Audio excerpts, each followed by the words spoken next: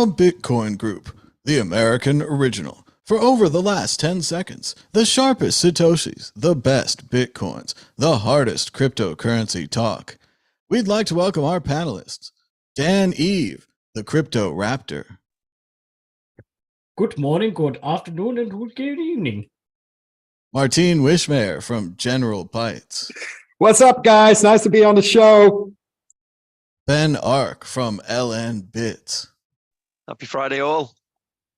And I'm Thomas Hunt from the World Crypto Network. Moving on to issue one. Issue one, SBF still pretending his crypto collapse was a mistake. Charges show it was a con. SBF was arrested this week in the Bahamas and now is fighting extradition, which has caused him to be locked in a Bahamanian prison cell until at least February 8th. Meanwhile, in New York, reports suggest that his ex-girlfriend or ex-polycule member Caroline Ellison is working with the feds and snitching on FTX co-founder Bankman-Fried. Dan Eve, what do you think about SBF arrested? Well, I'm quite happy with this because I actually predicted it last week, except the slightly wrong order. I thought he'd screw up in Congress and then they'd arrest him on the back of that.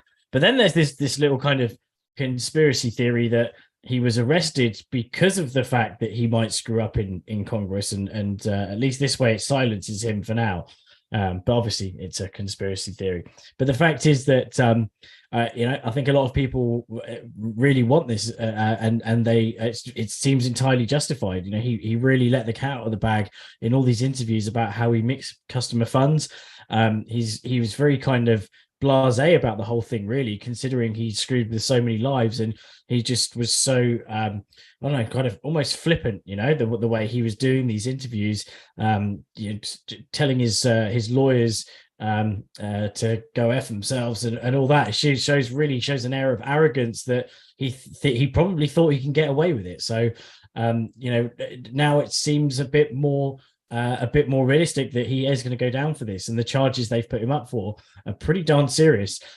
Seems like Ellison's going to has turned against him. She went completely silent, like almost immediately, which shows that she's been listening to the advice and not stitching herself up by doing loads of interviews.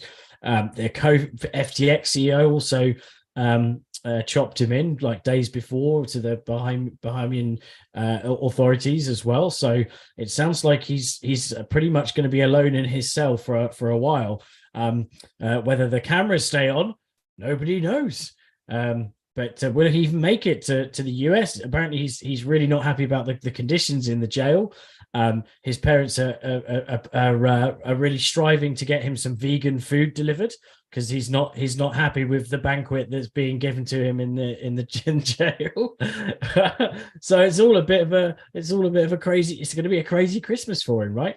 But yeah, it's definitely going to lead to a good Netflix documentary. I don't know. I think what's the exit question? Can it be who's going to play Sam Bankman-Fried and Caroline Ellison? That would be an interesting one. You think it's going to be Jonah Hill? Jonah Hill would be good. That's what I've heard. That would be good, yeah. But yeah, it is great to have Sam's silence on Twitter Spaces, to have no more interviews, mainstream media or otherwise. That almost makes it all worth it. Like Dan said, it is a pretty bad jail. Previously, they had a rat problem. They say the rat problem is fixed, which you can always trust a jail administrator when it comes to rats. Well, it sounds like they've got another rat in there now. Oh, they've got mud floors. It just looks like a bad place. And in addition to the vegan food problem, they're also giving Sam that really weird drug that he's on, Sam or something. They're giving him a patch, and they're saying that chills him out. And when he doesn't have that, he's apparently so addicted to that, allegedly, that he gets all the shakes and everything. So maybe he needs more drugs. Martine Wishmayer, what do you think about SBF arrested? And of course, the possibility that Caroline is not just silent, but working with the feds. Well, it's He should have been arrested like long time ago already, but it's good he's finally in jail. I was a bit angry when I read that his parents asked him for some vegan food, considering that many of the people he stole from basically don't have anything to eat this Christmas. So how dare you even ask for your vegan food? You know, if he wants to eat, he better eat dust. And I think it's good. It's crypto has a bad rep in that respect, that people tend to like scam others and think they can get away with it. In this case, it was just excessive, and this guy belongs in jail. He's like Bernie Madoff, basically, with a sort of personality disorder. I mean, you steal from all the people and you start giving interviews that I don't know what happened. I have no idea where the billions went. Well, you bought over 500 million worth of real estate for you, your staff, your family. I mean, really, this is insane. This guy belongs in jail, and a long time. He's got to be in jail for the rest of his life, That's my opinion, personal opinion, but we'll let the judge decide. Well, and it's not just that, Martin. It's also the effective altruism. Remember when he was up, he was saying how he needed to earn millions and perhaps billions of dollars personally so that he could then donate it and do the most good. And that not only was he better than all of us at business, he was also better than all of us at altruism and thus emotions and feelings. He had a bigger heart. He was a big billionaire, but he also had a big heart. And we also saw a lot of that big heart on the post-crash tour, where he just wouldn't shut up about how I made a mistake and I didn't have a dashboard to monitor things. And then I didn't even add this to the thing, but we also had the congressional hearing where, like you said, Sam couldn't be there. So the guy from Enron who's there to clean it up, the cleaner guy, Mr. Wolf, his real name's Mr. John Ray. But he's like Mr. Wolf in Pulp Fiction. He's there to clean up this mess. And he says he doesn't trust a piece of documents they had there. He said that it's the worst accounting system we've ever seen. They don't know where all their wallets are. They don't know where all their passphrases are. They kept passwords in a plain text file on the computer, so anyone could have ran off with it. They use customer funds for everything. And like you said, it's nothing fancy or technological. It's good old-fashioned embezzlement. They were just criminals. There's not frauds, nothing to do with crypto, nothing to do with Bitcoin or high tech. It was just fraud. Ben Ark, he's finally been arrested. To take some joy now at perhaps the end of this story or the end of this fraud. Yeah, big hearts. We can have big hearts when you've got billions of other people's monies to play around with and be altruistic with. And a big ego too. And his big ego is probably collapsing on itself now. Now it's all reality's hit. And he's in that rat-infested prison with the dirt floor and no vegan food. And I think this is part of the problem, is he's been in this big swanky house and nothing really much changed for him in his material existence. He's in the same lovely plush surroundings, facing all these criminal charges, with all these reporters who were, cutting him a lot of slack so they could get stories out of him. So I just don't think reality's hit. And I think now, whereas the rest of the world can see this guy is going to go down because he's broken a lot of laws. And it's not just laws over embezzlement and not just laws over a fraud and of customer funds. It's also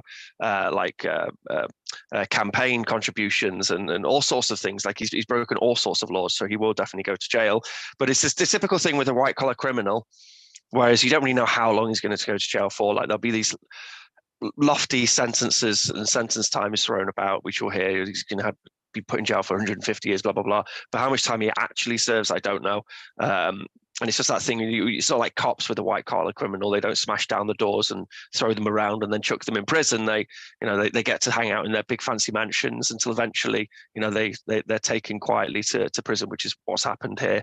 But the Ellison girl, who's from what I hear, she's in hiding. I think SBF probably shot himself in the foot by alluding that he was shifting blame, saying he didn't know anything about it, had nothing to do with him, blah, blah, blah. So, the next logical conclusion is that he's going to stitch up the people around him, and she would be one of the people he would stitch up. So I think she's just gotten in there before he has. She's remained quiet. She's probably working with the authorities to try and get a slimmed down sentence. He's in a lot of trouble. This lad's in a lot of trouble. But I don't think he's like a sociopath. Like some people calling him a sociopath. He's not. He's just an idiot. He's an ego. He's an egotistical kid. Got too much money, too much power, too early on. Took too many drugs. All went to his head. Everyone around him was telling him he's amazing. And now he's got to come back down from that. Just like the Bernie Madoff analogy is great because Bernie Madoff also showed absolutely no remorse until he was in prison, and then he saw the detrimental effect of his situation was having on his own family, and then suddenly it brought it home to his, real world existence and the people around him who he loved and cared for. And I think the same will probably happen with SBF. I'm sure now he's starting to really think about how much trouble he is actually in. But hopefully he will show some remorse, or more remorse than Mr. Madoff, because that, I still don't think he's shown that much remorse for what he did. But yeah, it's a shit show, and justice will be served. But white collar criminals, they tend to get away with a lot. Only about a week to go till Christmas. Maybe Sam will be like the Grinch. Sam's heart grew 3 sizes that day. It could be visited by the ghost of Christmas past, or the ghost of FTX past, or the ghost of FTX future. No more Dickens. No more Dickens. All the time. Everything's a Couldn't give a Dickens. Christmas Carol over and over again. Couldn't give a Dickens. Truman's Capote Christmas. That's what we need. Dan, Eve, we've got a bonus exit question with an additional story, because this is the gift that keeps on giving. Meanwhile, Kevin O'Leary from Shark Tank went to the congressional hearing. For some reason, he was allowed to speak, even though he knows nothing about crypto, and he didn't work at FTX, although he did work there. He was a paid spokesman. He was paid $15 million, of which he says he lost 10. At the hearing, he took his time before Congress under oath to say that CZ from Binance acted evilly and killed FTX so that he could take over the entire unregulated exchange market. He called CZ a liar. CZ called Kevin O'Leary a liar. And now Kevin O'Leary has called back against CZ, doubling down on his claim that Binance destroyed FTX. There's also been a bank run on Binance with at least $1 billion in Bitcoin being pulled off of the exchange. Some even saying that perhaps the run-up in Bitcoin was due to Binance having to buy coins. Dan, Eve, what do you think about Kevin O'Leary from Shark Tank versus CZ and the Binance situation? Well, it's ludicrous that he testified in Congress, because he's literally paid by FTX. I mean, like he's in their pockets. So that's just an odd person to bring to testify, who's going to defend him as well. What I think other people are calling for Gensler to be kind of thrown over the coals as well, because he was very cozy with SBF on creating a crypto kind of framework for the SEC. And that obviously, if Sam Bankman-Fried is now one of the biggest scams in history, then surely that doesn't look good on Gensler for being so close to him. I think there are already other links as well. I read that the parents of SBF somehow were linked to Gensler in some sort of way. I don't know if that's all true or not, but it's definitely implicating a lot of people far and wide at the moment. And this downfall's, again, it's still not over yet. There's still going to be far more ripples.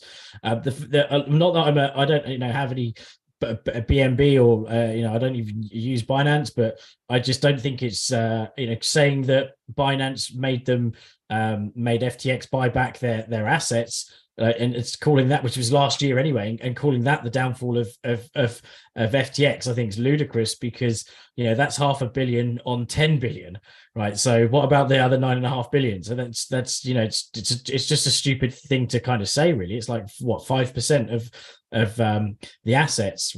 So there's a lot more to it than just that kind of amount from last year. Some people were saying that the CZ caused the kind of bank run recently. But the problem, which is kind of a good thing, is that CZ is usually quite kind of transparent about things with Binance, and so he's only doing what he normally does. It wasn't anything really that's that much out of the blue, and suddenly crapping on FTX to try and cause their downfall. Although it is a nice sweet story to make, right? The guy with the monopoly then takes out the second biggest competitor, but he took out himself. he mixed funds himself. Like CZ had nothing to do with that. It's all unfortunately SBF, and the more it unravels, the more it looks like he was a sinister guy. And he had me fooled. I thought he was like, oh, I was saying, when it first happened, he's the fall guy. I reckon he's the fall guy. He did effective altruism. I was a sucker. That guy is a scammer.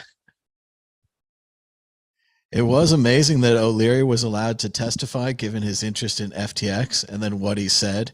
And it was also interesting that he would choose to go ahead with his written statement after we all just heard Mr. Ray say that it was embezzlement, that it was not a complex crime. This isn't, because CZ took his investment out. It wasn't because of the FTT token.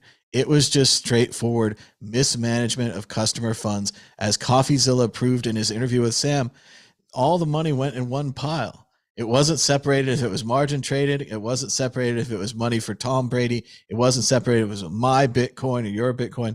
Just one big pile, and they spent it all like children. And more that's coming out, allegedly. Martine, what do you think about the O'Leary story and the battle with Binance? And again, this contagion, this withdraw your own keys, Binance, and the next exchange and the next exchange. I think Kevin Deliri is having a delirium. I would be totally pissed off if I'd be out $10 million. But no, there's a serious conflict of interest here. CZ called it bluff and said, I don't want to do anything with this anymore. Of course, the guy plays chess just like everybody else. This is an easy way to... no, not an easy way. It's business, don't hate the player, hate the game. So in this case, SBF was going down anyway, and it could have maybe lasted a bit longer, but it was a Ponzi. And I think as CZ just said, okay, this is enough. We're not going to do it anymore. We want to get rid of our assets in your company. And I think he's totally right. I would have probably made the same move, maybe even earlier, because I have a little bit less patience than, say, CZ. But no, they're claiming that CZ is the cause of all the problems, while everybody knows there's been just rampant fraud. They spent like what? 100,000 per month on catering. That was not catering. That's gone to the coke dealer. They were all strung out goblins, just making shitcoin trades instead of just holding their own keys and buying Bitcoin. I mean, they had it coming. And to be honest, this whole, I don't know how much Kevin O'Leary actually knows about what was happening at the company, but if he's like making these statements, I think he's part of the problem. I also don't know why they call him Mr. Wonderful, because I don't think there's anything nice about this person, really. I think it's more of a sarcastic naming. He always offers these horrible deals where he'll take a royalty where every Coca-Cola you sell, you should pay me $1 till the end of time. Like, that would be a horrible deal. Think about how many Coca-Colas we sell in a year. And he's like, that's what I'm thinking about. Ben Ark, what do you think about CZ versus Kevin O'Leary, the battle of Binance?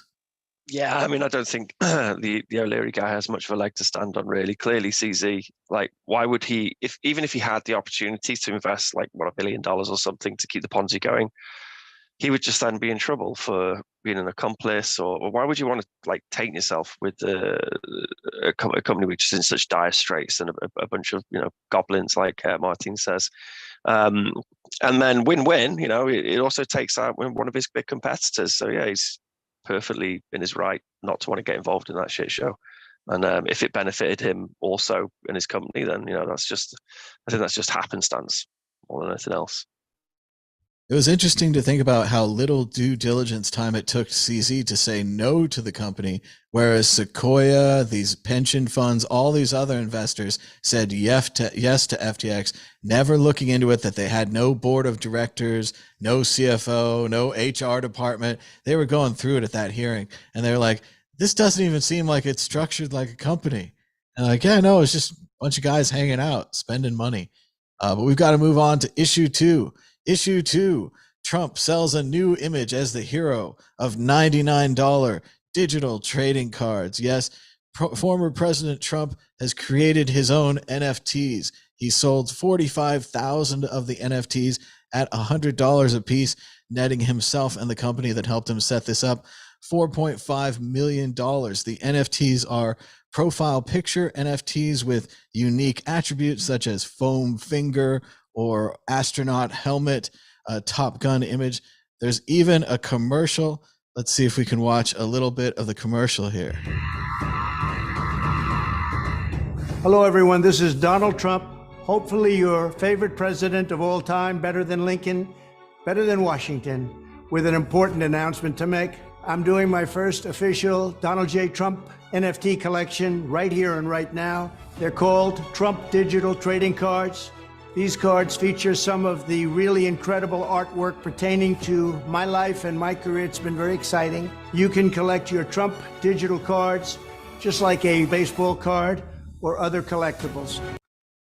And I just really love the way he introduced it, because that's always the way that I introduced my NFTs, was as collectibles or baseball cards. Previously, Trump called Bitcoin a scam. Now he's selling NFTs. It wasn't just the tech world that was excited about this. The entire political world was excited about this. Every late night talk show covered this. They're all into the new Trump trading cards, which as of right now are selling for about $200 a piece on OpenSea. So if you bought one at 100, you could double up by selling at 200. Martine, what do you think of the president's new venture, his major announcement, which he teased in the news, a classic showman, and released? I need a bucket. I need to puke. I'm feeling sick. I mean, really, exit through the grift shop. This guy is going down. I mean, really. In fact, that he has no self-reflection whatsoever. I have this theory that every democratic country gets the leadership they deserve. If people fall for this shit, they just don't deserve any better. So, but $99, I wouldn't even pay 99 cents for it. I mean, this is just crazy, man. Well, I don't know, potentially new customers for NFTs, presumably people. No, I mean, or just more meat for speculators, because whoever got there first and bought them all is probably the speculators. Limits, yeah. It's just unreal. I mean, this guy presented as a superhero. He's like a walking snail, really. Like, and then. Oh no! I just don't want to talk about it. I'm very not positive thinking about this. I really tried, but I had to throw up halfway the promotional video. I think this is just crazy. And if people, I can understand people voted for this guy and made like the wrong decision. It's very difficult to convince people that they did make the wrong decision. But then, when you see these NFTs, I mean, what the fuck? It's going the way of the Trump wine and the Trump steak and the Trump whatever. This is like not going down. Personally, I have to say, I'm not a big fan of him. But these NFTs, they're just so fucking lame. I mean, really. Maybe it's something for Dan. Maybe Dan wants to buy one, but I'm not going to spend a penny on it. Well, let's see. We can pull this up real time right here on OpenSea, the open market. Trump digital trading cards. Let's see. There's been 1,571 Ethereum volume, which at around that's 1.5 million or 3 million, depending on the price of Ethereum. The floor price is 0.17. I don't know what that is. A couple $100 in Ethereum, maybe. And as you can see, let's look at the actual NFTs. Looks like the cowboy hat ones are going pretty low.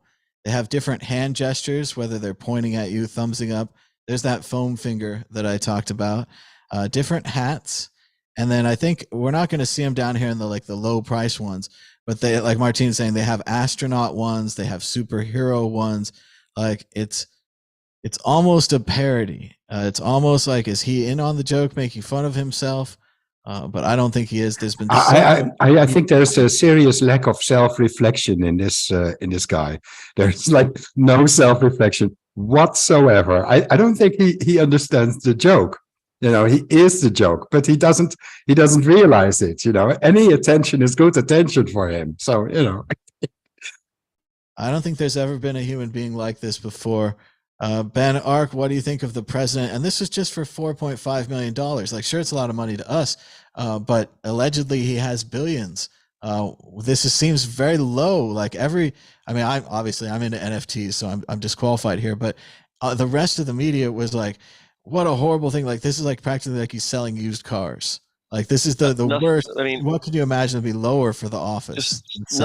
Nothing's real. Like, it's like being in an 80s film like RoboCop or The Running Man and seeing, those like parody shows where they'd have like Climbing for Dollars or something in one of those 80s films. I just feel like we're in this surreal version of reality where the next president is selling these NFTs. But there is kind of something kind of cool how they remind me of a particular type of NFT card. There's a Curio card. I don't know if you remember them, but there was a one on there with Mad Bitcoins.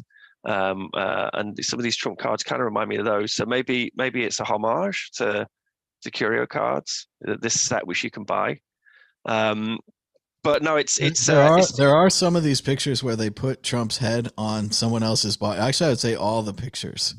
So in the same way that Mad Bitcoin's head is on James Bond's body, there's definite like some trans body going on. Yeah, trans body, but he's very trans. But it's just more Trump tat. He has a long list of tat which he peddles, and he always has.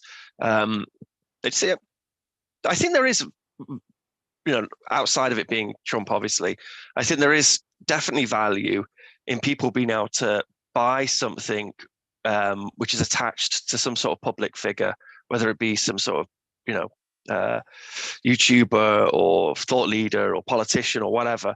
And then with they're buying it because they want to kind of culturally own something which is part of, that thing that they're into. They like Trump or whatever.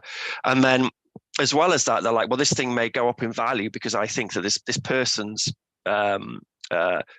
impact is going to go up in value, and that will cause this thing to go up in value. So I think there's definitely something really interesting about cultural using this technology to buy into something culturally, which you then supports that thing, and then can also help. And then also those people who bought into that thing have like a vested interest to pump that thing.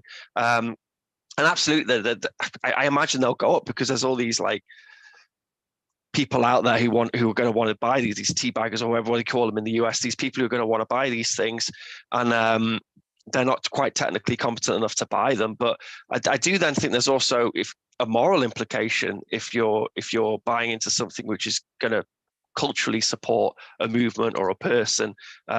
And if you're just doing it for speculation, I think there is some moral implication there as well. But yeah, there's definitely something interesting about the whole thing. It's sad that all this stuff isn't on Bitcoin. Like, we need to Bitcoin.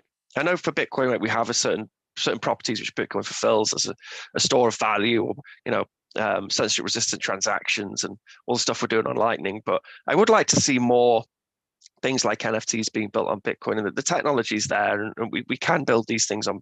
And a lot of these projects built on Ethereum it is a hacky castle built on sand. So hopefully, some of the Ethereum, the ETH head types will move back into Bitcoin and start building some of these NFTs and things on Bitcoin. But I think it's interesting. More Trump tat and just a surreal version of reality which we're in. Interesting side note: the Trump NFTs were actually released on Polygon, which is kind of a scaling token attached to Ethereum. And that's it. It's because it's also hacky. It's like Ethereum doesn't work properly, so you need this extra thing, and then this thing doesn't work properly, and technically we can roll back this thing. So is it really like, immutable? Like, and we can build better. Like, we can do a better version of that on Bitcoin, I'm sure. Well, and people always question whether the Polygon NFTs would be as valuable as an Ethereum NFT, but here the ex-president has gone and made some allegedly valuable Polygon NFTs. I like this gold one here. It says it's number 2. They want 4,500 Ethereum.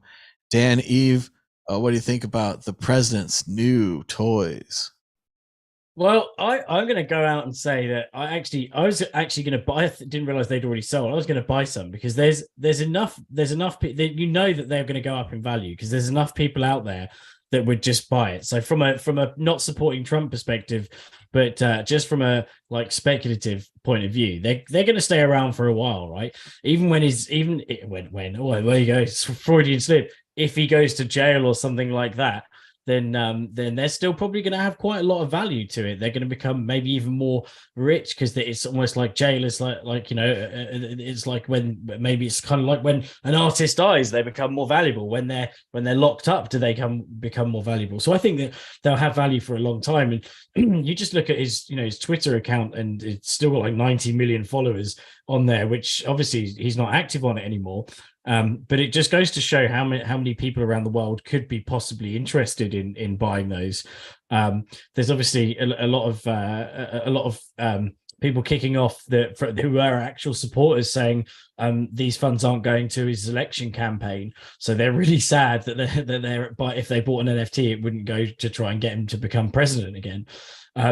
But ultimately. The NFT just shows NFTs aren't over yet. However, the fact is, I say aren't over yet. They're not over, and they won't be. It's just this is just a little bear market as we have in normal crypto. But I do think this is going to be impacted negatively from anyone who doesn't like Trump.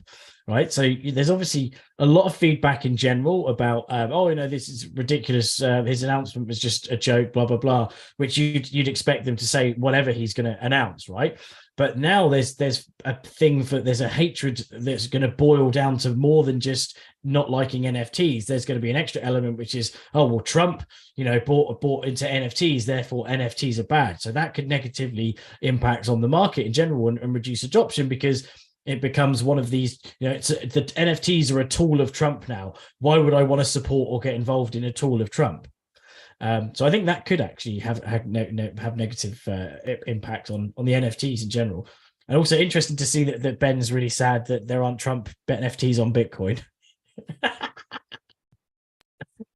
Well, let's build on that for an exit question. Is the Trump NFT release good or bad for NFTs? Martin Wishmayer. I'm not a big fan of NFTs. I think, except curio cards, of course. It's the only NFTs I endorse. For the rest, it's like, I don't know. I don't even know what it stands for. It's not fucking tonight, or non-functional testicles, or what was it again? I don't know. Ben Ark, what do you think? Good or bad for NFTs? Yeah, I think it will be good for NFTs, and more people will follow suit. And there's definitely something interesting there for, like I said, for attaching value to a cultural movement, person, whatever. But yeah, I think it'll be good for NFTs. A lot of the world likes them. And I'm with Martin, and they don't particularly tickle my fancy, but people seem to like them. So it will be good for the whole thing, for the whole NFT scene, I think. Well, and in the commercial, they really did hit every aspect of NFTs. They talked about them being collectibles, being baseball cards. They also, like you guys said, they talked about the community, and they had a sweepstakes. We've barely talked about it here because obviously you guys don't care, but you could win dinner with Donald Trump. You could win a meeting with the former president of America, and so forth. Of course, in the past, he's done many sweepstakes like this and often refused to show up for the meeting. It was great in the script. They've made so much fun of it. I've seen it a dozen times now, but he's like, you could even have dinner with the president. I guess that's the best prize we've got. He downed his own prize. Yeah, it's probably having like a bucket of KFC together with Trump. I mean, what does dinner mean with Trump? You can have ketchup on your steak, on your. Well, he said that's all we've got to offer, or something. Like that's literally what we've got left in the bag. Is that's the best we've got. That's what we got. No supermodels, no rock stars, just the former president. Dan, Eve, you started out, but what do you think? Good or bad for NFTs?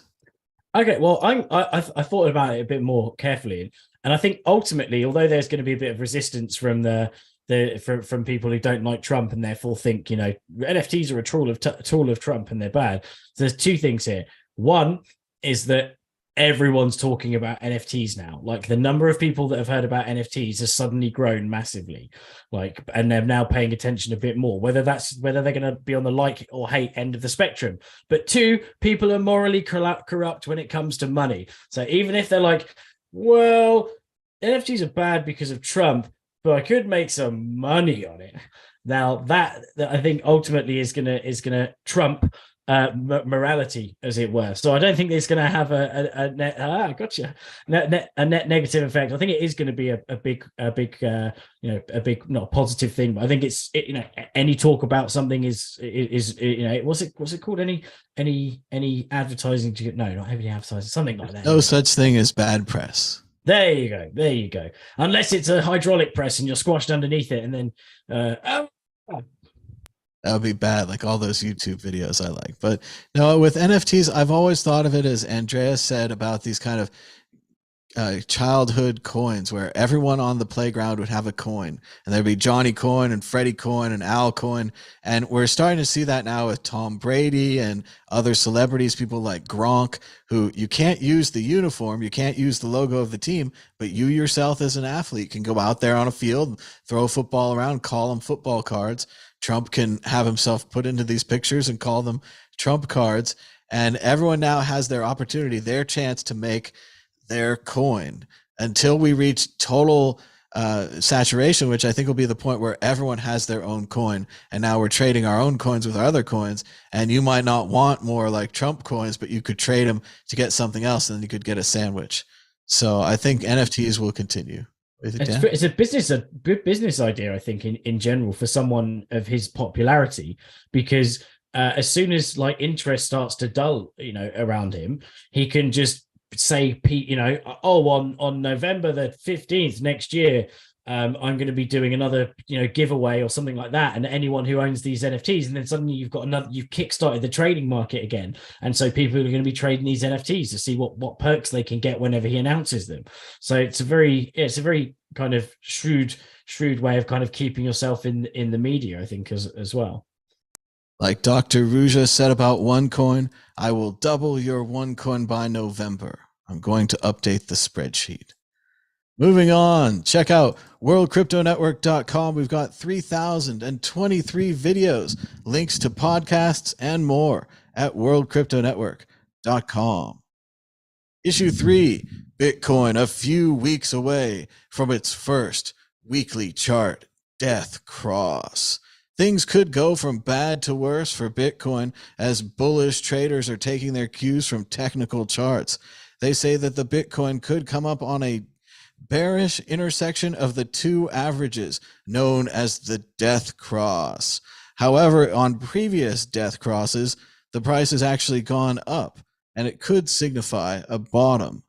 Ben Ark, is the death cross a bottom and a new beginning, or more bad news for the price of Bitcoin? So I don't really care for all the trading stuff, but funny you say that about the death cross thing, because I swear we've had this story before, like 3 or 4 times, about we're going to hit a death cross and it's the end of Bitcoin and it's going to spiral out of control and go down in prices. It definitely has dropped in price, because I was making a Allen Bits extension this week where you can like have different, information points like mining info and liquidity stuff and fees and also the Bitcoin price and some Satoshi quotes on a panel.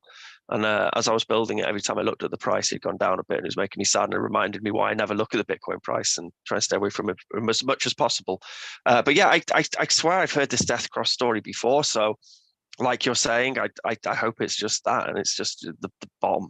I can't see, I personally don't think it's going to go down significantly to where we are now, but not trading advice. It sounds like something out of Treasure Island. A pirate comes into the bar and offers you a death cross. Dan Eve, will there be a death cross? Well, the one thing about this article was that caught my eye was that it said traditionally 15 months before the halvening is when Bitcoin reaches the bottom. But wasn't it in 2020? I suppose it wasn't the big, it was the bottom. Oh no, actually, no, I take that back. We didn't quite go down to the 3K level in March 2020. So, I mean, at the end of the day, I've never kind of really believed much of these kind of strategies. I for about 2-3 years I messed around with MetaTrader and all that, and they would just update the strategy when it didn't work, and then so it would always be like and then they'd fix the previous data so that it looked better against, and you're like, oh look how accurate this has been along the way, but you don't realize you're being fooled, that they've just updated the algorithm because it was wrong again and again and again and again.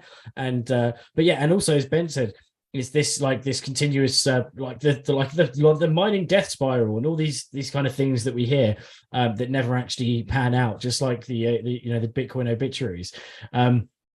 I'm not a technical trader in any way. I think I should have just stuck to it without sort of going through the phase of thinking, oh, I can trade Bitcoin and do leverage trading and all that stuff that's extremely risky and cause too many insomniac nights and episodes.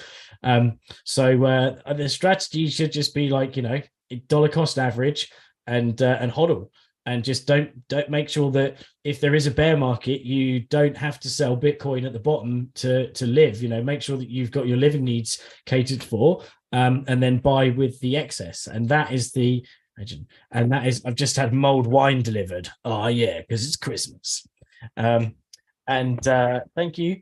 So yeah, just be casual about it. Don't go all in. It's maybe a huge reward that you get in the end potentially, but most people lose out. So it's a zero-sum game. But if you've got the time and the patience, it's not a get rich quick scheme. It's a slow and steady wins the race scheme. And yeah, so I don't know. It's all these triangles and things, they perplex me. I'll stick to just having some sats and just locking them away forever. The great thing about predicting the price on Twitter is you can go ahead and tweet twice, one saying that's going up and one saying it's going down, delete the other one later, and then you look like a genius every time. And so yeah, Dan, I'm not much into the charts either, but it does seem like they tell you there's going to be a decision point where the lines all come together and then it goes up or it goes down, but they never seem to know what way it goes in the decision point. They always tell you afterwards. They're like, oh, of course we were on a 9 and a 7 and a 6 and a 3. And it's like, well, if you knew this beforehand, you would have put all your chips in. And they're like, well, sometimes we're wrong. So Martin, a decision point, I believe, is coming. What will happen with Bitcoin and the death? Well, Thomas, the thing is, this SMA, the simple moving average, just looks at the past. It doesn't look at the future. And all these analysis, like little trader analysis, it's bullshit. What they're trying to do is to take whatever worked in the traditional financial markets and then apply it to Bitcoin. But Bitcoin doesn't work like that at all. Actually, the honey badger doesn't care at all. The only thing that's really important is what, as Dan put out, just said, it's like DCA your way in. That means sticking to a plan, no matter what happens. Stick to the plan. Buy a fixed number of like whatever your currency is, dollars, euros, pounds, every month, every week, every day, or whatever, and just stick to that. Most people make the mistake is that they deviate from that plan the moment Bitcoin goes down, but that's the moment you should buy more. Not buy more, just stick to your plan. And if you look over the years, over the past 12 years, what strategy works best is DCA, dollar cost averaging, meaning that if the price is high, you'll still buy your $100 worth every month, and you'll get a fewer sats than you would have if the price is down. If the price is low, you still buy your $100 worth and you get more sats. But in the long run, this means more profit for you. No headaches, you sleep at night. Just make sure you have a little bit money put aside for food, the misses, parties every now and then. But forget all these technical trader bullshit. I know we used to have, like, I'm not doing any names or anything, but there used to be somebody on this show that had, spin-off in his own YouTube show.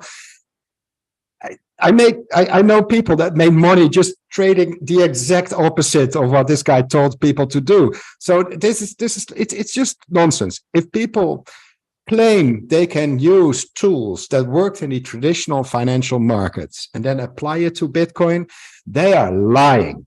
And I tell you, they're lying, and they're just after your money. So don't do that.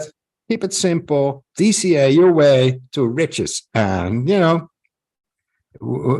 it's pretty guaranteed that this will be the most profitable strategy you can use. And it's also the easiest. And yeah, they might hurt a lot of those financial gurus. Personally, I think if you want Bitcoin to go up, don't just start trading and stuff. Create something like Ben does with Allen Bits, add value to the ecosystem. And by adding value to the ecosystem, Bitcoin will grow and the price will go up.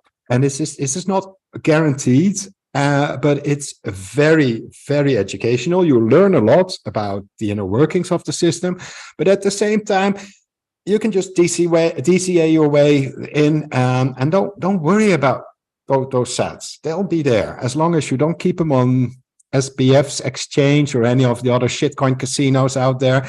Just keep them on an offline wallet like a Ledger. There's fancy new models, or Trezor, which is tried and tested, and forget about it. And look, in 10 years time, you'll thank us later. That's the advice you need.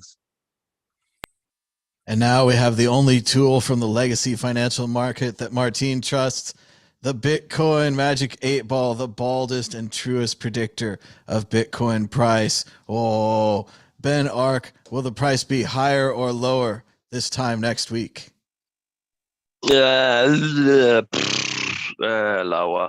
Shit. Dan Eve, higher or lower? Lower.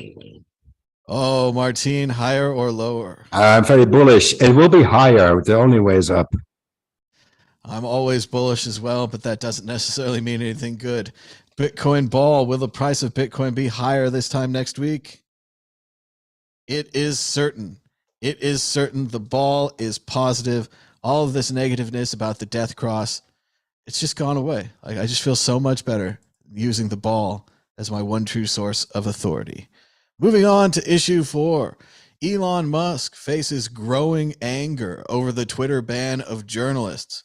The suspensions, which were criticized by the United States and European lawmakers, could raise the regulatory heat on the social media platform and Elon Musk's other companies. Just this week, Elon Musk, who said there would be freedom and humor and no more censorship on Twitter, banned the kid that does the Elon Jet account where he would follow around Elon's private jet. He then went to Mastodon. Then Elon banned the journalists who linked to the guy's new account at Mastodon. Yes, he's banning people for simply linking to things, which has been many Supreme Court cases about Craigslist and other documents of if you can link to things, and if linking is as bad as sharing. For Elon, linking is as bad as sharing. He's quote unquote banning people that dox him. It got worse today as the journalist confronted him in Twitter Spaces and explained to him that what he was now doing was as bad as what he said they did to Hunter Biden with his information, taking it offline, that Elon had become the censorship monster that he tried to stop. His response was to shut off Twitter Spaces for the entire platform. Martin Wishmayer, the Elon Musk Twitter experiment just continues to grow. What do you think about this week's fun news story about Elon banning journalists, which is literally censorship? It's such a knobhead, this guy. Within a month or two, he turned into a crazy narcissistic dictator that just wants to control the platform. And if he doesn't, it's like freedom of speech, but watch what you're saying. It only shows that the world really needs a decentralized platform. Actually, talking about decentralized platform, Ben, I don't know, Ben has and Fiatjaf, they got like Noster, and they got Jack's attention now. So I think this might just happen. I think next year we'll be tweeting announcements for this show on Noster and no longer on Twitter. But, maybe it's wishful thinking, but I think because of what we've seen recently, Twitter needs to die. We have to kill the blue bird for this world to be a better place. I do feel like Elon's about trying to kill it himself. It might be the kind of thing where it's sold to Google or another company, and people have to do a whole campaign where they're come back to Twitter. Twitter's changed. It's better now. We won't just turn off Twitter Spaces because a billionaire gets upset. And Ben, as Martine was saying, I was going to mention it. Noster got funded, according to this tweet. They got 14 Bitcoin from Jack, one of the original founders of the real Twitter in the old days. Good old Jack. And I can't find it, but somewhere back in my tweets, I sent tweets to Jack and I was like, hey, check out Noster. It's what you're looking for, man. And it was like Chuck Berry and Back to the Future. So we called it here first. Ben, your projects are finally being noticed by big, important people, but you're still here slumming it with us on the show. Ben, what do you think about Elon Musk's Twitter nightmare?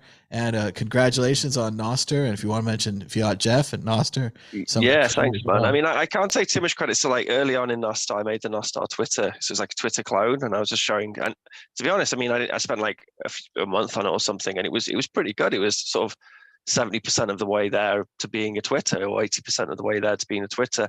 And then Fit Jeff thought that made Branel, and I think someone's fought Branel now. And actually, whatever it is now, I can't remember the name of it. The Twitter clone, which is on Nostar, it's very good. Like, because when I did it, it had like public keys and private. Like, we'd follow, you would make a tweet, and then it would be signed with your private key. And then if someone was following your public key, then they would get those tweets. That's just how Noster works as a data exchange system. But now you have like proper handles and stuff, and you can put media on there, and it's really quite good. So I haven't really done anything with Noster. I mean, we have a bunch of Noster things being built for LM Bits, like we have the marketplace thing and the Uber thing and a bunch of other stuff, but it's still not finished yet. So we've just been working on those in the background. But this is tremendous news, because Noster, as an idea, so basically for those who don't know what it is, it's just client software. And then there's the client, it's just using public key crypto natively. So your client software, you have public key, private key, and you sign things and say, this is me signing those things. And then other people can subscribe to those things via your public key. And you can mask that through, so for people, it's just like handles and stuff and whatever else. But essentially, that's how it works. And you can build a Twitter on it, you can build a Telegram, you can do direct messaging. I did the NIP, we call them NIPs, Noster Improvement Proposals. I did the NIP for direct messaging because I wanted to be doing crypto messaging on the Twitter clone I made. And yeah, it's great.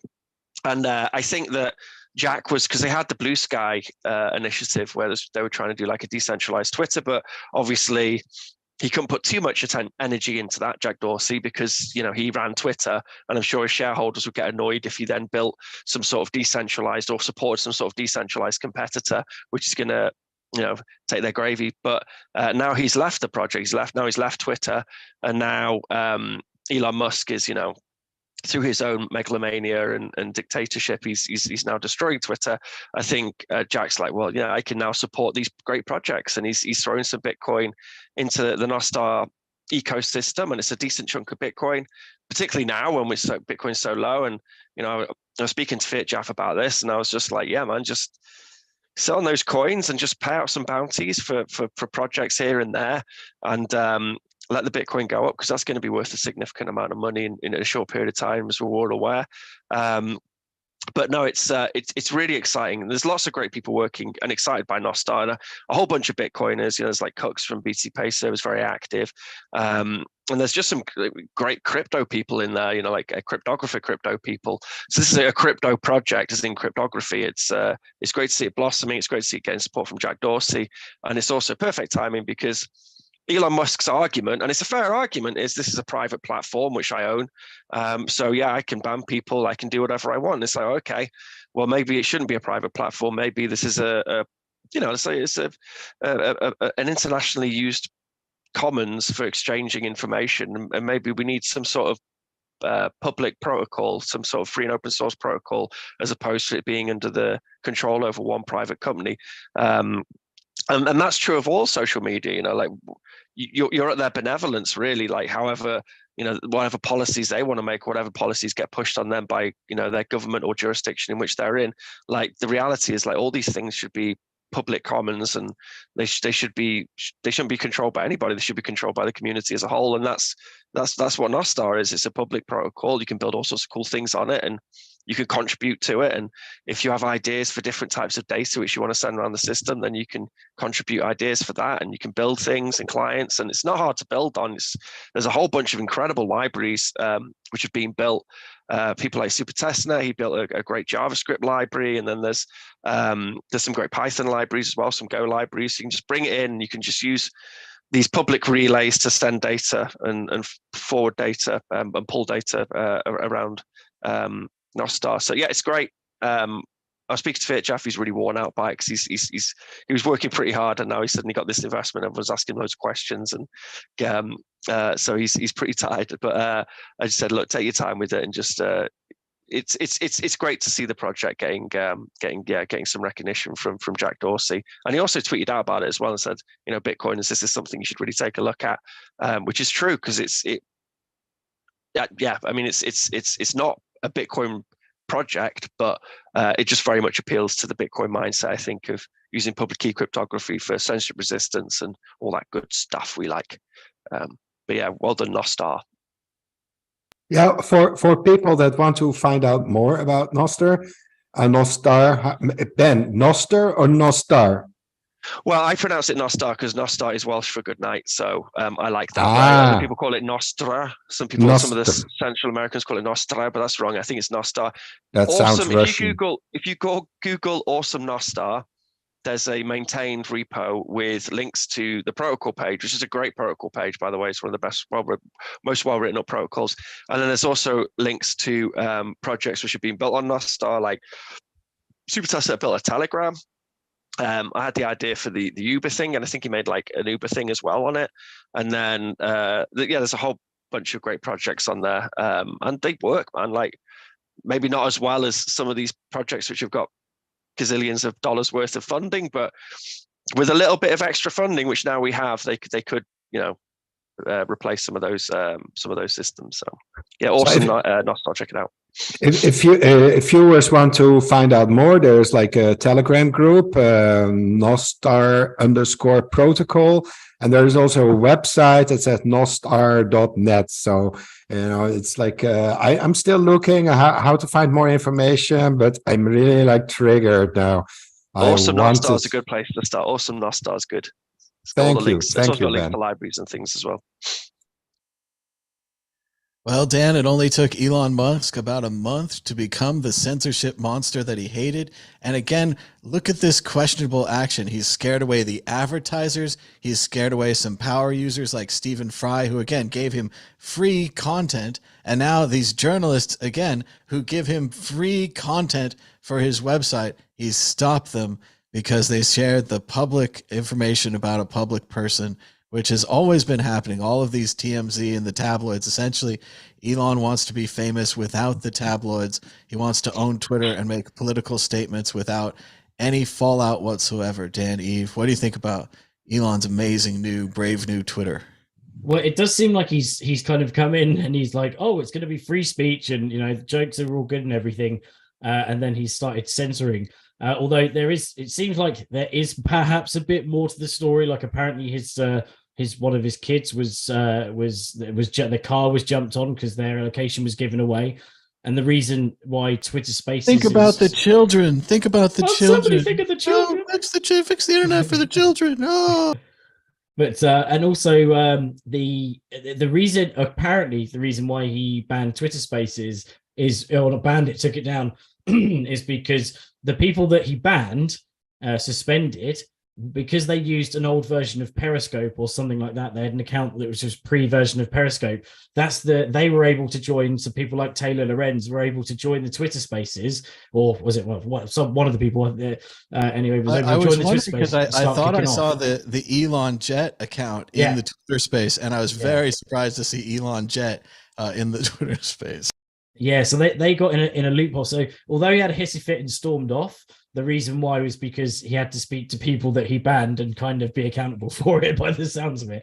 So yeah, it's not going very well for him. And this does reinforce the reason why you do need a decentralized Twitter. But the problem is, we're going to be back to square one where it's going to be completely uncensored, and some people think that completely uncensored is really bad. See, this is what's great about Noster is that there is censorship, but it's self-censorship. So it's like if you're in a town and there's some streets you don't go down because they're creepy and weird. And that's with Noster. So like me, for example, with, say if I'm on my Noster Twitter client, I'll only use relays, which are vanilla relays, and have some oversight. So if people post gross stuff on there, then the relay, whoever runs the relay will then, remove those accounts.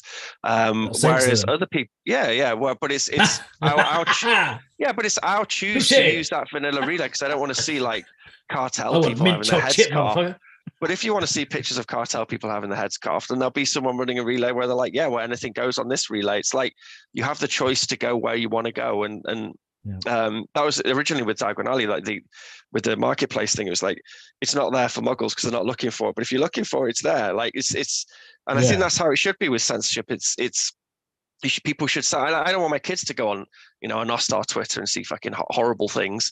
But you can avoid that by just people using relays which stop horrible things from being posted, or you can even have like verified accounts and things. So it's very powerful.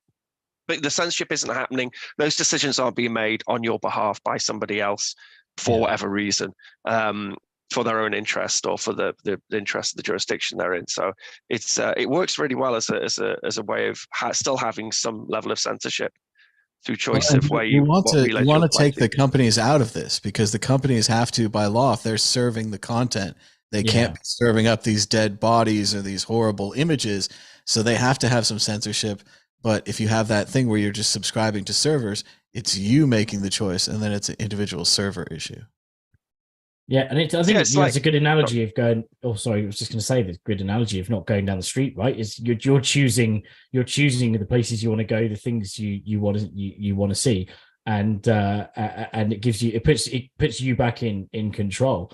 The thing that is difficult for all these platforms now is when they start censoring certain information, then it puts them as publicists, right? In certain countries they become publicists, and therefore they've got to adhere to other different rules. So it changes the ball game completely. So at least this takes the onus off of the platform and puts it in a decentralized manner. So you get the choice, and if you want to look at crazy stuff, then you can choose to look at it, at least. Yeah, and then also it's the street idea in a town it's any public space, because in any public space there is I'll go to a public space where I'm fairly I'm fairly certain that there's no dude's going to get his knob out and run around, and I'll be in that public space. I'm like, this is a space where there isn't a dude running around with his knob out. But there are other public spaces where people might want to go where they want to see dudes running around with their knobs out. So all right. So I mean, it's the choice of where the user wants to go, I suppose. And then if people are doing really horrible things, then it's good up to good old fashioned police work to then track those relays and services down and stop them from operating. But it's a good system. Well, we're running out of time. Dan, Eve, are you ready with a prediction or a story of the week? Go ahead. Yes. Okay. My story of the week. Oh, okay.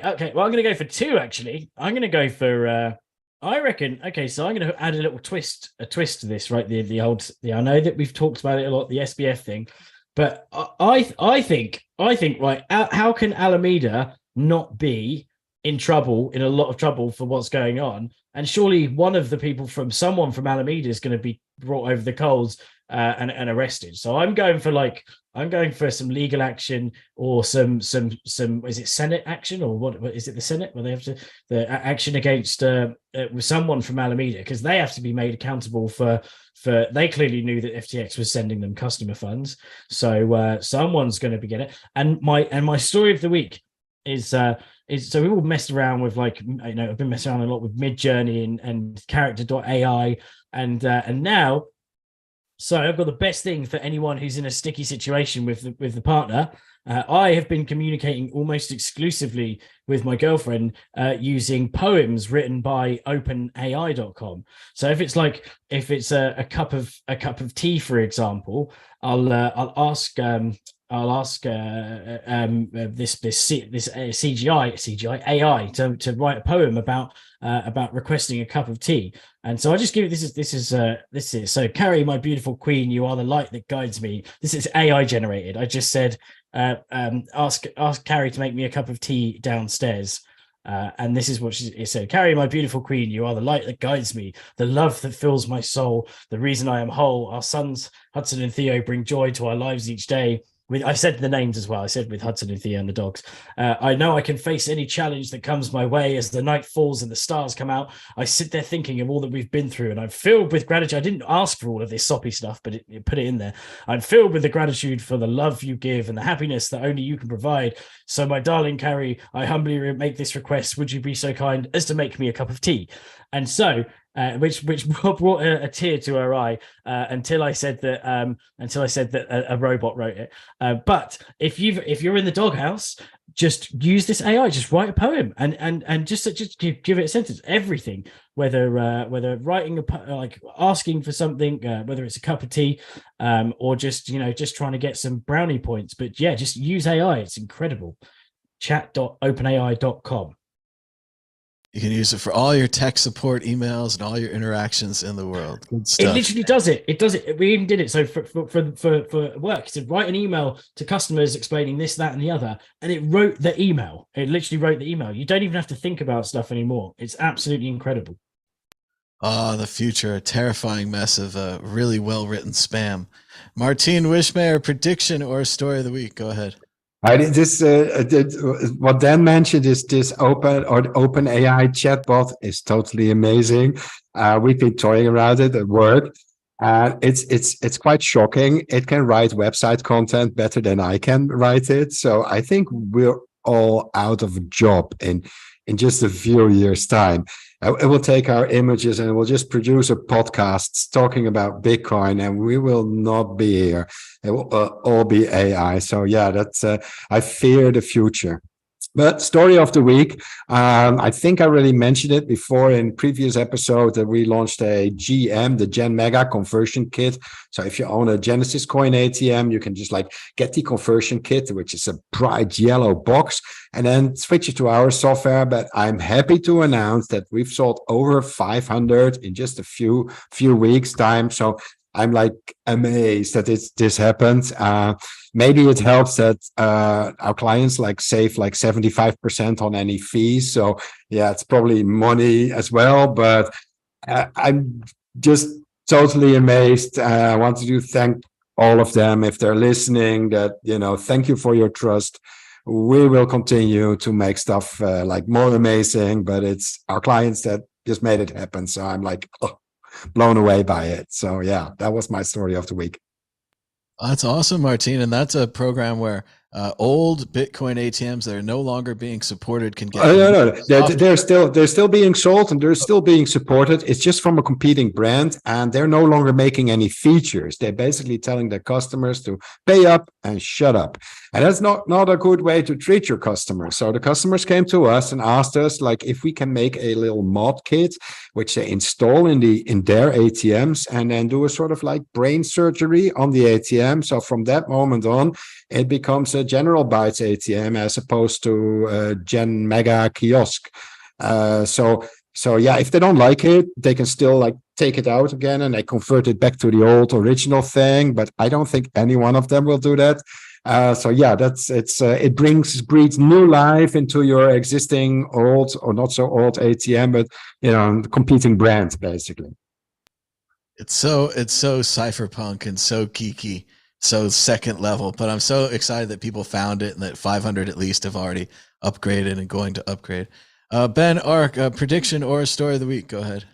That's an incredible amount of number of adoption in just the first week, isn't it? It's really spectacular, particularly if these aren't people who are going to be in your mailing list because they have ATMs with a different company.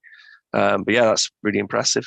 On the AI stuff, like I just think 2023 is going to be the year where we realize we're completely inferior. This year we had a couple of goofy examples, like we've got this OpenAI thing where you can make poems and emails and stuff. And we've had the great art bots as well. But because of the exponential nature of all of it, I think next year is the year when we realize we're completely and utterly inferior. And And I don't know where that's going to put us, because, you know, we want the idea that we can be great at something. And then if there's this thing which could be much better than us just with a few clicks, I think the novelty may wear off. And I think our sense of self is going to be fairly low. I don't know where it puts human beings, but here we go. It's just, you know, the world in which we live in currently, isn't it? But so that's it, really. Just 2023. It's going to be a year of humans feeling bad about themselves, or low, a bit down in the dumps, because they realize they're just hairless monkeys, like hammering on keyboards, trying to produce interesting things, and computers can do it much better than us.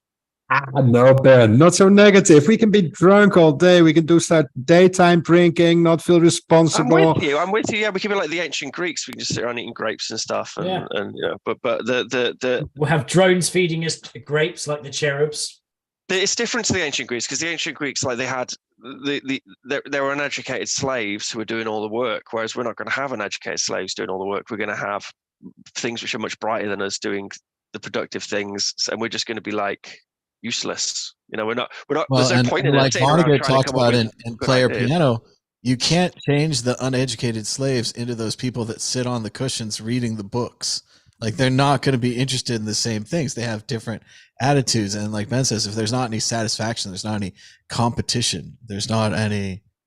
But we're not. Yeah, exactly. We're not like, we still, that window, partly why the ancient Greeks, they were coming up with democracy and science, and it's like, we can come up with all these great things because we're humans, and we're the educated ones. You know, we're the ones who have the privilege to be able to be educated, whereas these other people aren't. They're the ones who are the slaves. So it's not quite as the same as like a society which relies on a slave population to do all the work. It's different to when the robots do it. So I don't know where this puts humans in the sense of self. Very sad, very sad. Anyway. Well, it happened so quickly, because for a couple of minutes there, I was really excited about Martine's AI plan, because I thought that AI would be too expensive and they'd only make like Frank Sinatra and John Wayne AIs, right? And they're not going to make a Thomas Hunt one. But now I'm seeing that they would make a Thomas Hunt one. They would have enough sample size from the World Crypto Network and so forth that they could make one. And for a minute there, I was excited. Like you said, I didn't have to do the show. Show works on autopilot. And then just a couple seconds later, I started to realize then they could make me say all kinds of horrible things. And I'd be up here saying fart and poop. And they would just say, oh, look, Thomas Hunt, push the buttons, say horrible things. So there goes that dream. It ended just that quickly. And that's just the beginning of it. Like, then they could cut me in with Sinatra and we could both say horrible things. I don't know. It's just awful. So, oh, well, so much for that AI future. Next week, we're going to come back with the end of the year spectacular. We're going to predict all the categories. I want to give a shout out this week to author and CEO Justin Rhedrick, who went from behind bars to teaching about Bitcoin at Jay-Z's Bitcoin Academy. Shout out to Bitcoin Vegan.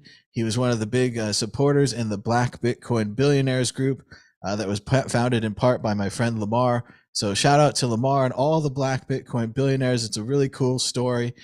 He started out not really knowing much about Bitcoin, but he wrote a book about it, and he teaches kids and adults at Jay-Z's programs in the projects and so forth. And it's great to see how anyone can get into Bitcoin, become an expert, go out there and spread the word.